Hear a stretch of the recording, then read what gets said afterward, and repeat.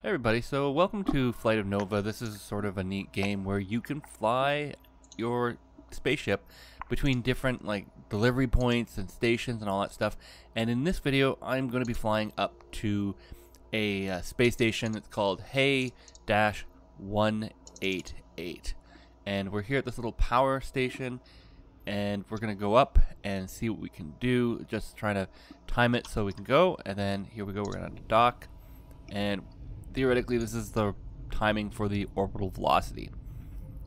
So first we're going to get clear of the landing structure, and then we're going to switch from the vertical takeoff and landing engines to more of a traditional forward flight style.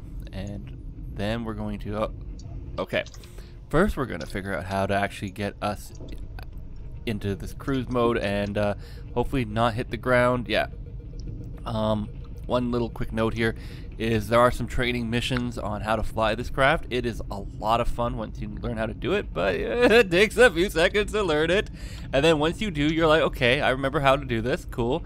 And you do have the two different axes for the RCSs. One's the roll, which you can see right here, and then the other one is more like the translation, which we will use as we go. But here we're going, we're getting above the cloud layers. Yeah, we're going to be going to space today. So here we go to space. And yeah, you can see here from the wind, that's the direction we're currently flying. It's that little point there. And yeah, there's Hay-188 over there. And that's going to be the target station we're going to. So we're going to need to correct our flight a little bit here. You can see some other stations that are orbiting the planet. So we know that it's going to orbit sort of in that range. So I've probably translated a little too far to the side to get from the ground base, so we're gonna have to make a little correction with that. And yeah, let's see what we can do here now.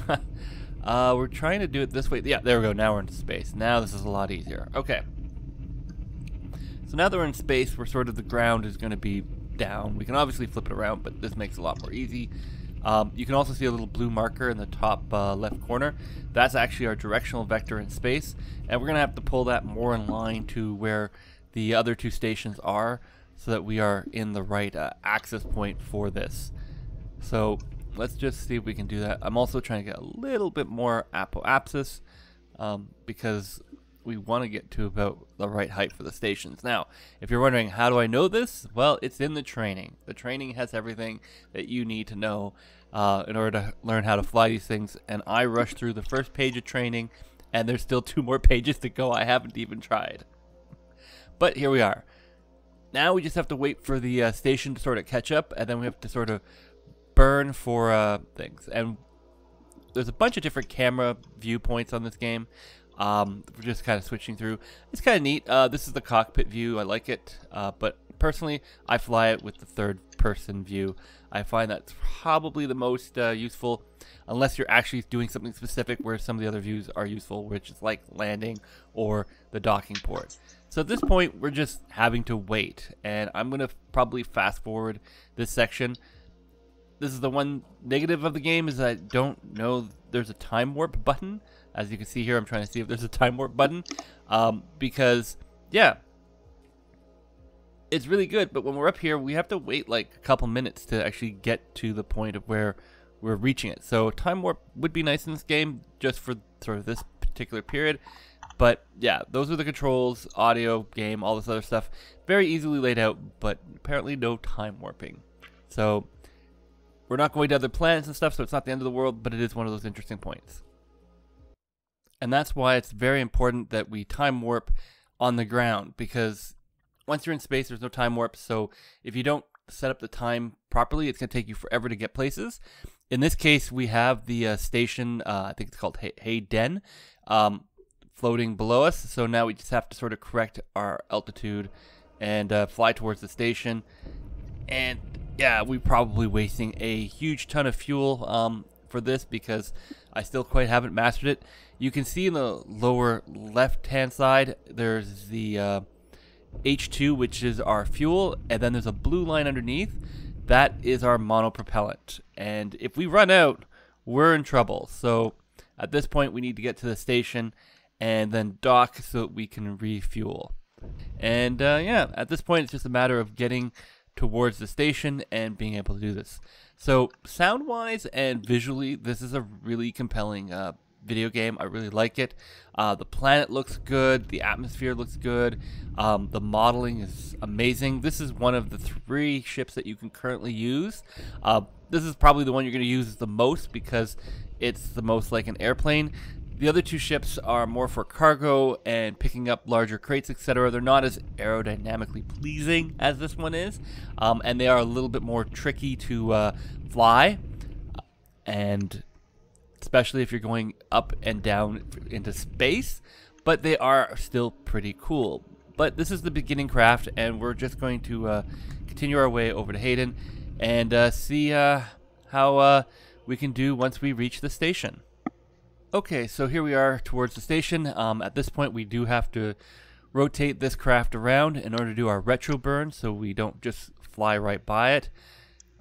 Again, we're going to use a little bit of monopropellant.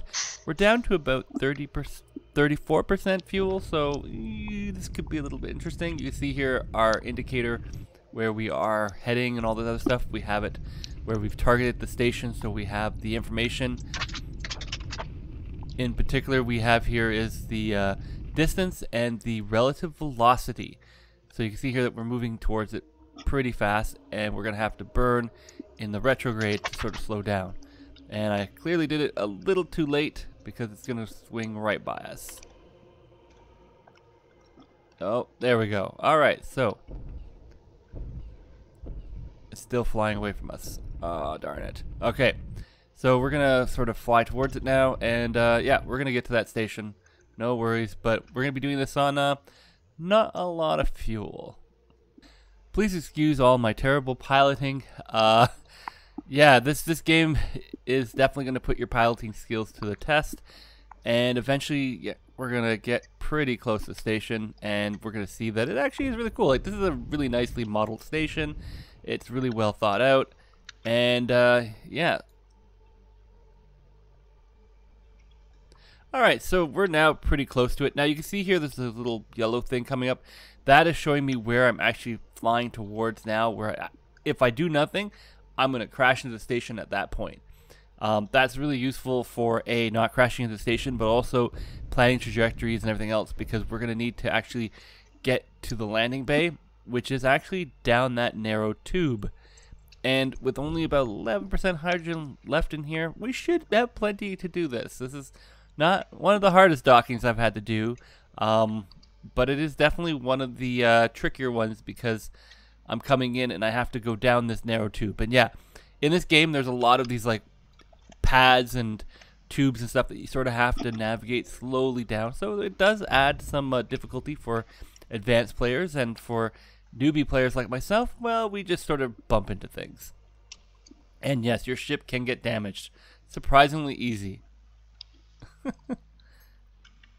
Now up here in space we don't have the vertical takeoff and landing engine, so we do have to use the monopropellant to get us into position. So this is where not too worried because I have plenty of monopropellant, but as you can sort of see here, it's now a question of how do I orientate the ship to actually go down that tube and successfully not crash into anything, because I've done that before. Alright, so we're lining up, and now we're just going to quickly translate over, and then we'll head down.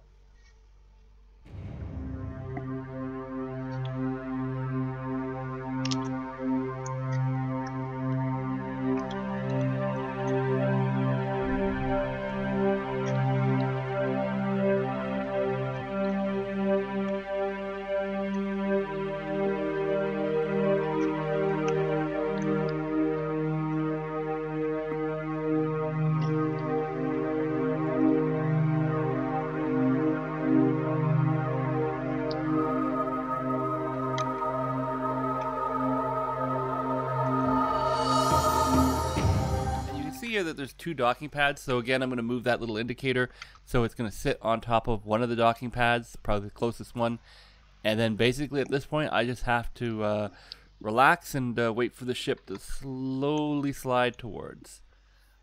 There's also a docking port somewhere around here as well, but we're going to go for the docking pad because it's a lot easier than docking ports. Docking ports, by the way, are insanely tricky. They're definitely the advanced player type of skill set.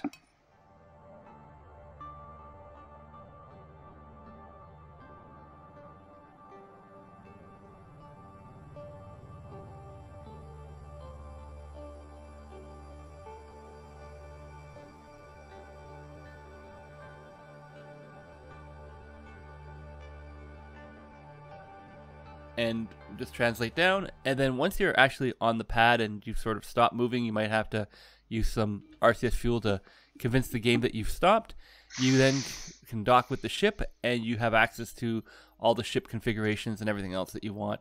You can refuel, you can repair, and at this point you can grab a new mission if you want one and go there. You can also, on some platforms where there's multiple ships, switch ships so that you can go to different types of craft for different types of missions. And yeah, no, it's a lot of fun, and you can definitely enjoy this and get into like really tricky situations, because you can have situations where you are almost out of gas. So be sure to check out this next video where I'm going to do a land-to-land transfer.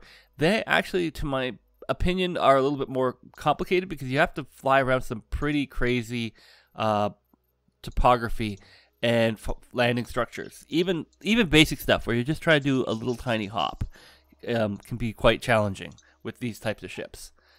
So thanks for watching. Please hit the subscribe button and like and all that stuff, and definitely check out Flight of Nova.